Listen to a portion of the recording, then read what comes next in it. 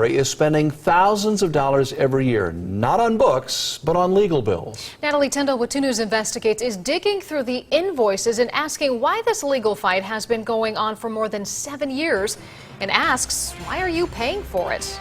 For more than 7 years, employees here at the Washington Centerville Public Library have been trying to get a union up and running. But library management claims it wasn't done properly. This fight is costing taxpayers thousands of dollars every year.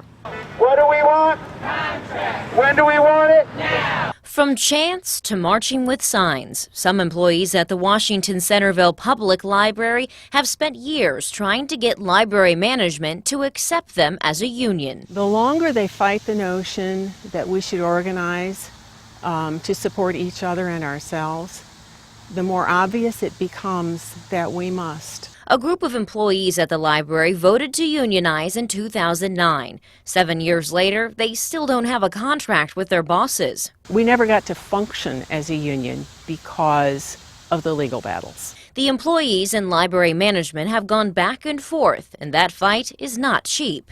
2 News Investigates dug through invoices and found the library paid a law firm $37,000 for employment issues in 2010. $21,000 in 2012, and more than $68,000 last year. In total, it was more than $220,000 in the last 7 years. A majority of that money is being used in the legal battle with the union. And all of it is your tax dollars. Still, it's an awful lot of money to throw at a problem over a long time. Your money that some employees believe could have been better spent.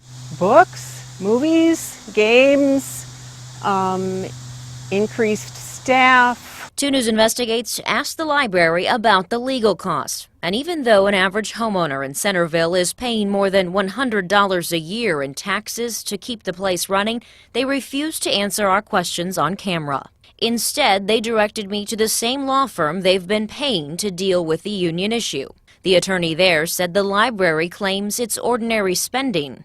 In a statement, they said the library has never been against union organizing, but they do have a problem with how this one started. We checked and found there have been appeals and investigations against the union on this matter, but time and time again they were looked into and dismissed.